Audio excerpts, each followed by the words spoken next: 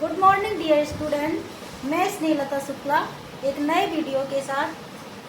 बच्चों, आप लोग ब्लड और ब्लड के स्ट्रक्चर और उसके फंक्शन के बारे में जानते ही हैं। आज हम यहाँ पर अध्ययन करेंगे ब्लड ग्रुप के बारे में। तो ब्लड ग्रुप्स क्या हैं?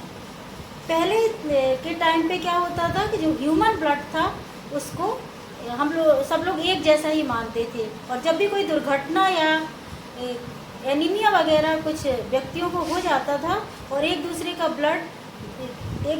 व्यक्ति का ब्लड दूसरे व्यक्ति में इंजेक्ट करवाते थे तो किसी किसी की मृत्यु भी हो जाती थी।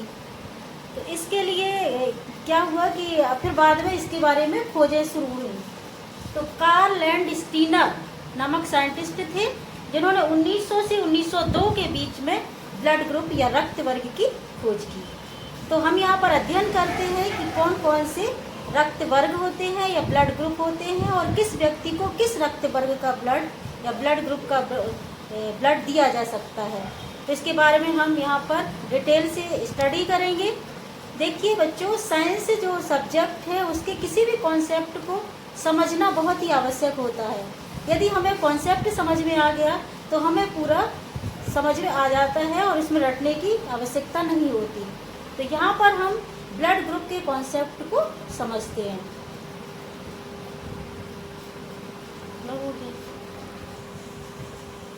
तो बच्चों, हम यहाँ पर ब्लड ग्रुप के बारे में स्टडी करते हैं। तो ब्लड ग्रुप की खोज किसने की? तो कार्ल लैंडस्टीनर नामक साइंटिस्ट थे। उन्होंने 1900 से 1902 के बीच में ब्लड ग्रुप या रक्त वर्ग की खोज की। तो इसके लिए 1920 में उन्हें नोबेल प्राइज भी मिला। और इसके लिए हम सबसे पहले हम देखते हैं कि जो हमारा ब्लड होता है, ब्लड होता है, इसमें 60% प्लाज्मा होता है। ब्लड प्लाज्मा होता है, प्लाज्मा। और 40% होता है आरबीसी,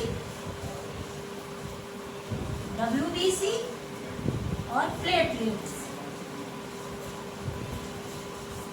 ब्लड प्लेटलेट्स। तो इतना तो हम पहले भी पढ़ चुके थे। और जो कार्ल लैंडस्टीनर नामक साइंटिस्ट थे उन्होंने बताया कि जो प्लाज्मा होता है 60% हमारे ब्लड में होता है और 40% होता है आरबीसी और डब्ल्यूबीसी और ब्लड प्लेटलेट्स। तो उन्होंने क्या देखा कि जो आरबीसी की प्लाज्मा मेम्ब्रेन है उस पर एक स्पेशल टाइप की प्रोटीन पाई जाती थी।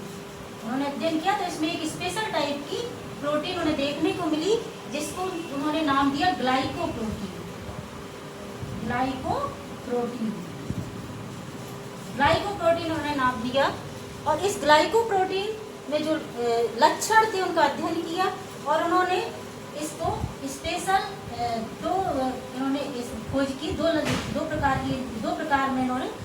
की खोज की। इसमें एंटीजन ए और एंटीजन बी, जिसको उन्होंने नाम दिया एंटीजन। इसके बाद उन्होंने देखा कि जो प्लाज्मा है हमारा 60% ब्लड में जो प्लाज्मा है इसमें भी एक स्पेशल टाइप की प्रोटीन पाई जाती है और इसको उन्होंने एंटीबॉडी नाम दिया, एंटीबॉडी। और उन्होंने देखा कि जो ग्लाइकोप्रोटीन या आरबीसी की में पाई जाने वाली प्रोटीन थी, इसके विपरीत लक्षण प्लाज्मा में पाई जाने वाली प्रोटीन थी। और इन्होंने इसको स्मॉल ए और स्मॉल बी से डिनोट किया। यहाँ पर उन्होंने इसका नाम एंटीबॉडी दिया और स्मॉल ए और स्मॉल बी से डिनोट किया। और यहाँ पर उन्होंने एंटीजन नाम दिया जिसको कैपिटल बी, कैपिटल ए और कैपिटल बी से डिनोट किया। इस तरह से उन्होंने जो हमारे ब्लड ग्रुप से उनको 4 वर्गों में बांटा। कितने? 4 वर्गों में डिवाइड किया या बांटा। तो रक्त वर्ग जो कार्ल लैंडस्टीनर नामक साइंटिस्ट थे उन्होंने 4 प्रकार के रक्त वर्ग या ब्लड ग्रुप बताए। तो अब उन्होंने कैसे 4 प्रकार के ब्लड ग्रुप बताए इसके बारे में हम आपको बताते हैं। कि जैसे कि मान लीजिए ये मैंने एक बोर्ड बनाया है, इसमें यहाँ पर लिखते हैं ब्लड ग्रुप, ये है आपका ब्लड ग्रुप और ये एंटीजन और ये एंटीबॉडी। तो कौन से ब्लड ग्रुप थे? उन्होंने ब्लड ग्रुप बताए ए बी और ओ। कौन कौन से ब्लड ग्रुप बताया उन्होंने? ए बी, ए बी और ओ। तो यहाँ पर हम ब्लड ग्रुप लिखते हैं ए बी, ए बी और ओ। यहाँ पर लिख लेते हैं एंटीजन और एंटीबॉडी। तो अब देखते हैं कि कौन से ब्लड ग्रुप में कौन सा एंटीजन और कौन सा एंटीबॉडी पाया जाता है। तो जो ब्लड ग्रुप ए था उसमें एंटीजन ए पाया जाता है और एंटीबॉडी थी इसके जस्ट अपोजिट लक्षणों वाली V, small V, V antigen पाई जाती है। ऐसा क्योंकि यदि समान एंटीबॉडी पाई जाएगी तो जो ब्लड होगा, ह्यूमन ब्लड होगा, वो आपस में आरबीसी से, ये प्लाज्मा और आरबीसी आपस में चिपक जाएंगे और थक्का बन जाएगा। इसलिए हर ब्लड ग्रुप में विपरीत लक्षण वाली एंटीबॉडी पाई जाती है। जैसे कि ब्लड ग्रुप ए है, इसमें ए एंटीजन पाया जाएगा और एंटीबॉडी बी। इसी तरह से बी ब्लड ग्रुप है, इसमें बी एंटीजन पाया जाता है और ए एंटीबॉडी पाई जाती है। क्योंकि जो बी एंटीजन के जो लक्षण हैं वो ए एंटीबॉडी से दोनों के अलग अलग लक्षण होंगे। यदि समान लक्षण वाले पाए जाएंगे तो उसमें आपस में थक्का जमेगा ब्लड का। इसी तरह से ए बी ब्लड ग्रुप है, उसमें दोनों एंटीजन ए और बी पाए जाएंगे लेकिन कोई भी एंटीबॉडी नहीं पाई जाती। इसी तरह से ओ जो ब्लड ग्रुप था उसमें एक भी एंटीजन नहीं पाई जाती है और एंटीबॉडी दोनों ए और बी पाई जाती थी। इस तरह से उन्होंने 4 वर्गों में ब्लड ग्रुप को डिवाइड किया। अब हम यहाँ पर इसके बाद ये अध्ययन करते हैं कि कौन सा ब्लड ग्रुप किस वर्ग के ब्लड ग्रुप, किस वर्ग का ब्लड ग्रुप किस वर्ग के व्यक्ति को दिया जा सकता है। क्योंकि अगर हम समान विपरीत लक्षण वाले ब्लड ग्रुप के व्यक्ति को ब्लड ग्रुप चढ़ा देंगे या इंजेक्ट कर देंगे तो जो ब्लड होगा ये प्लाज्मा और आरबीसी दोनों आपस में चिपक जाएंगे और रक्त का थक्का बन जाता है। तो इस पर हम एक बोर्ड बनाया है मैंने यहाँ पर, तो इसी से समझते हैं। इसको अलग अलग से बना देते हैं।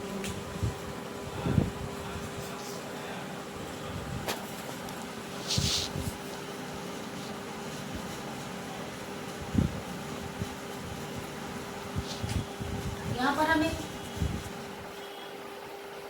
बनाएंगे।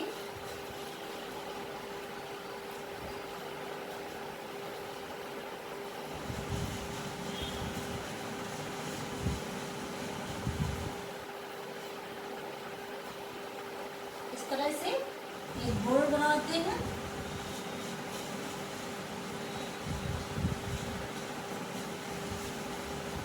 ठीक है, यहाँ पर लिख देंगे दाता और यहाँ पर लिखेंगे ग्राही,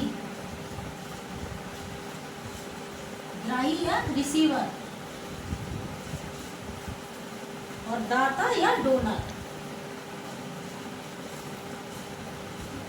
तो किस वर्ग का व्यक्ति किस वर्ग के व्यक्ति को दिया जाता है, यहाँ पर हम ये समझेंगे। यदि हमारा ये कॉन्सेप्ट क्लियर हो गया तो हमारी समझ में आ जाएगा कि किस वर्ग के व्यक्ति को किस वर्ग के व्यक्ति का ब्लड डोनेट किया जा सकता है। तो यहाँ पर लिख देंगे हम blood group A B O और यहाँ पर भी लिखेंगे ए बी। तो अब यहाँ पर हमें लिखना है एंटीजन। एंटीजन यहाँ लिख देंगे एंटीबॉडी।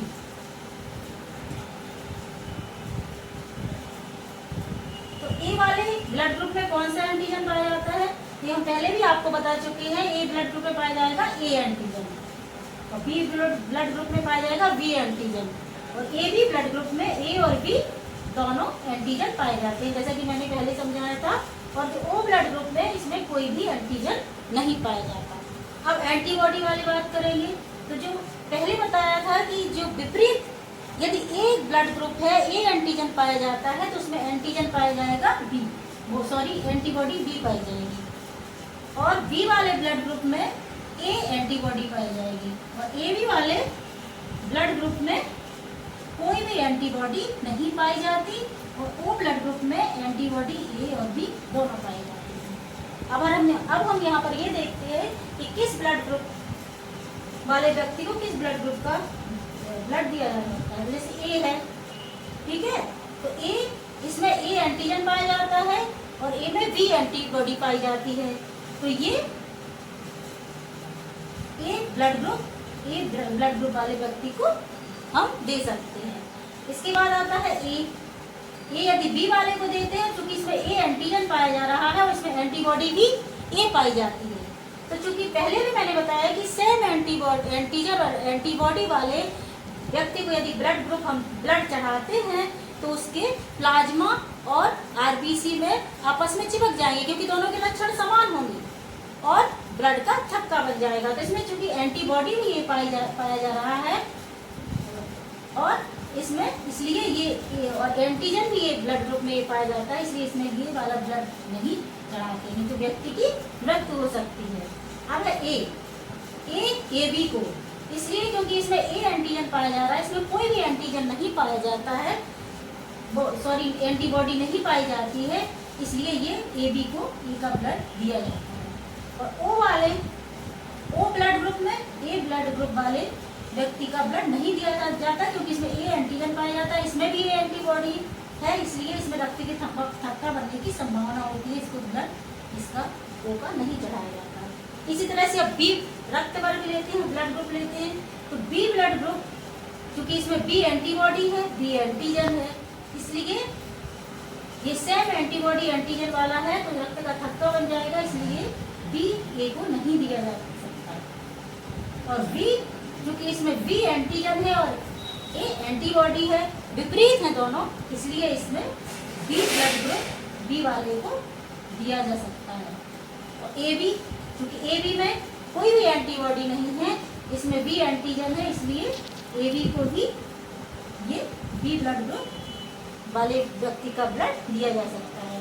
और ओ में चूंकि दोनों एंटीबॉडी है और इसमें बी एंटीजन है, इसलिए इसमें भी रक्त का थक्का बनने की संभावना होगी और ब्लड नहीं चढ़ाया जा सकता। अब है ए बी, क्योंकि ए बी ब्लड ग्रुप वाले व्यक्ति में दोनों एंटीजन ए और बी दोनों पाए जाते हैं, एंटीबॉडी एक भी नहीं पाई जाती है ए बी में, तो ए बी का ब्लड यदि ए ब्लड ग्रुप वाले को देंगे तो क्योंकि इसमें बी एंटीजन है, इसमें भी बी एंटीबॉडी है, इसलिए इसमें रक्त का थक्का जम जाएगा, इसको नहीं दिया जा सकता।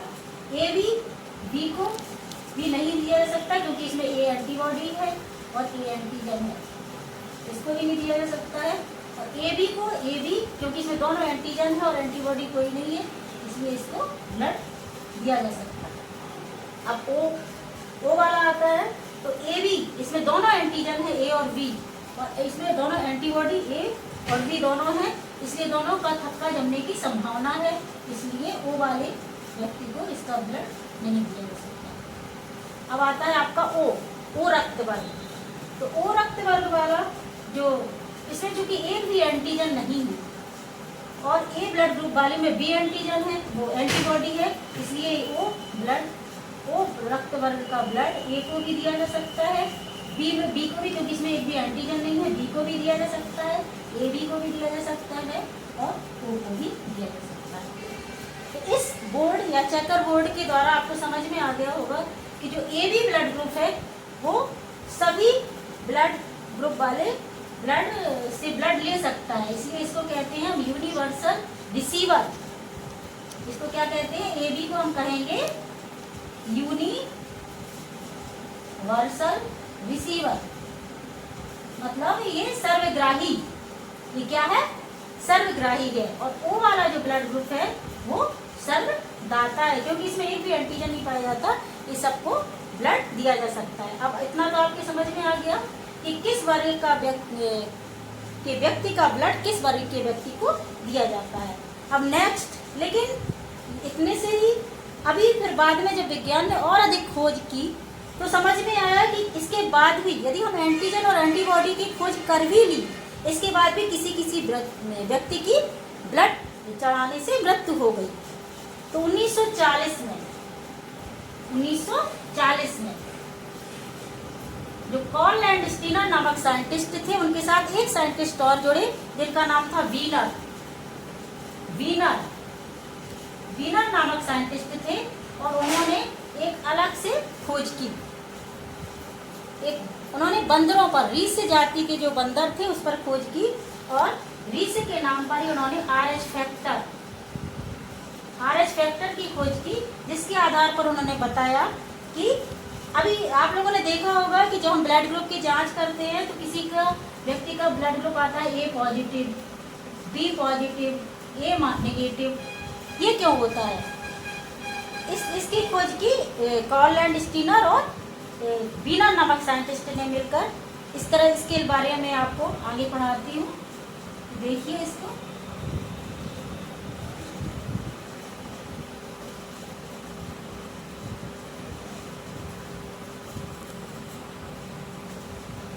तो जब 1940 में इन्होंने रीस जाति के बंदरों पर अपना अध्ययन किया और इस पर उसी के लिए खोज की RH फैक्टर की।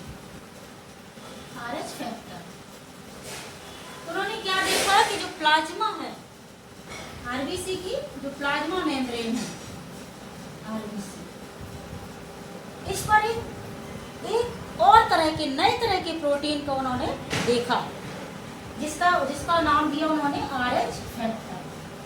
RH फैक्टर उन्होंने देखा कि ये जो RH फैक्टर है ये किसी किसी व्यक्ति में पाया जाता है और किसी में नहीं पाया जाता है। तो उन्होंने इसी के आधार पर RH माइनस और RH प्लस, मतलब जिसमें RH फैक्टर या स्पेशल टाइप का प्रोटीन पाया जाता है उसको पॉजिटिव RH प्लस कहा, और जिसमें नहीं पाया जाता है उनको RH माइनस कहा।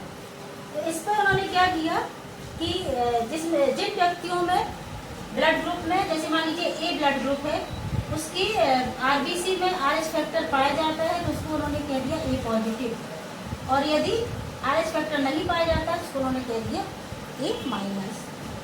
तो अब इस तरह से ब्लड ग्रुप जब एक दूसरे व्यक्ति में कोई दुर्घटना हुई या एनीमिया वगैरह कुछ भी हुआ और चढ़ाने की आवश्यकता पड़ती है तो उसमें RH फैक्टर की भी जांच की जाती है। यदि RH फैक्टर की जांच ना की जाएगी तो उसमें जो ब्लड की RBC और प्लाज्मा होती है वो आपस में चिपक जाएंगी और थक्का बन जाता है और मृत्यु हो जाती है। इस तरह से ब्लड ग्रुप 8 वर्गों में डिवाइड हुआ। कितने जो ब्लड ग्रुप्स थे वो कितने हो गए? ब्लड ग्रुप्स 8 वर्ग ब्लड के माने जाने लगे। तो यहाँ पर मैं बताती हूँ कि किस तरह से RH प्लस और RH माइनस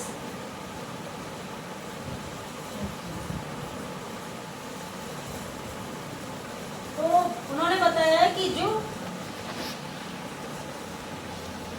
मान लीजिए कभी कभी ब्लड ग्रुप जैसे दिया जाता है O माइनस, O पॉजिटिव, तो इसका मतलब ये हुआ कि जो O माइनस है उसमें RH फैक्टर एब्सेंट नहीं है और जो इसमें RH फैक्टर प्रेजेंट है। ठीक है, इसके बाद उन्होंने क्या देखा कि कैसे ब्लड एक दूसरे में चढ़ाते हैं RH फैक्टर की जांच करने के बाद। तो उन्होंने बताया कि जैसे RH किसी का ब्लड ग्रुप में RH फैक्टर उपस्थित है, मतलब RH पॉजिटिव है, तो उसको RH दूसरा ब्लड व्यक्ति का ब्लड चेक किया जाएगा और यदि उसमें RH factor positive RH factor उपस्थित होगा तो उसका ब्लड उसको दिया जा सकता है, तो उसमें कोई परेशानी नहीं होगी। जैसे कि ये पॉजिटिव है तो ये पॉजिटिव को दिया जा सकता है। इसी तरह से उन्होंने देखा कि जैसे मान लीजिए RH फैक्टर उपस्थित है और उसका RH फैक्टर अनुपस्थित है ब्लड में, उसको भी ब्लड दिया जाएगा तो क्या होगा। तो उन्होंने बताया कि जैसे मान लीजिए किसी व्यक्ति में RH फैक्टर प्रेजेंट है और दूसरे व्यक्ति में RH फैक्टर नहीं है तो क्या हो जाएगी, ब्लड की क्लॉटिंग हो जाएगी, ब्लड का थक्का जम जाएगा और व्यक्ति मर जाएगा। इसी तरह से उन्होंने देखा कि मान लीजिए RH फैक्टर उपस्थित नहीं है, दूसरे के में भी RH फैक्टर नहीं है तो उसको ब्लड देने में कोई परेशानी नहीं होगी। और इसी तरह से RH फैक्टर माइनस या उपस्थित नहीं है और दूसरे व्यक्ति के ब्लड में RH फैक्टर है तो उसको यदि ब्लड देते हैं तो उसमें भी कोई दिक्कत नहीं होगी। एक बात मैं और यहाँ पर बताना चाहती हूँ आपको कि अब आजकल जो शादी विवाह हैं वो भी RH फैक्टर की जांच करने के बाद ही होते हैं। जैसे मान लीजिए लड़का है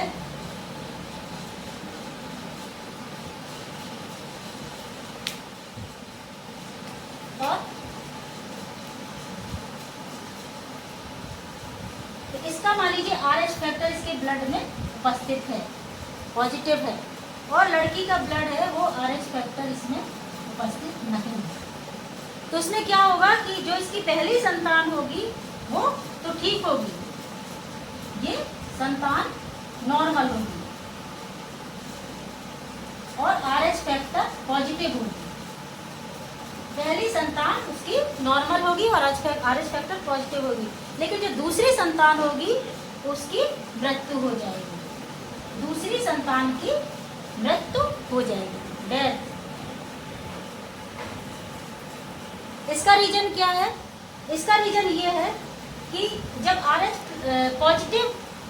फैक्टर होगा तो पहली संतान में RH फैक्टर आ जाएगा, वो भी RH फैक्टर पॉजिटिव बन जाएगा, लेकिन जब दूसरी संतान होगी तो जो लड़की है उसके ब्लड में RH, क्योंकि तुमको पता है कि जब भी कोई बीमारी होती है तो उसकी बॉडी में एंटीबॉडीज, उससे लड़ने के लिए एंटीबॉडीज डेवलप हो जाती हैं, जनरेट हो जाती हैं, तो इसमें भी RH फैक्टर के एंटीबॉडीज, लड़की के ब्लड में भी RH फैक्टर के एंटीबॉडीज डेवलप हो जाएंगे, और जब दूसरी संतान होगी तो वो उसकी मृत्यु हो जाएगी और जो ब्लड होगा वो उसकी क्लॉटिंग हो जाएगी, वो जिंदा नहीं रहेगी।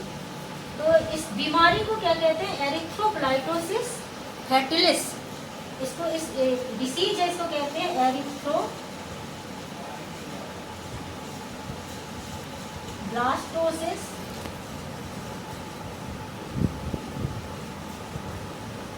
फैटिलिस। इसलिए हमेशा RH फैक्टर की जांच करके ही ब्लड ग्रुप चढ़ाया जाता है। तो इसी तरह अब आपको आशा है कि ब्लड ग्रुप के बारे में समझ में आ गया होगा। बस इसी के साथ मैं अपनी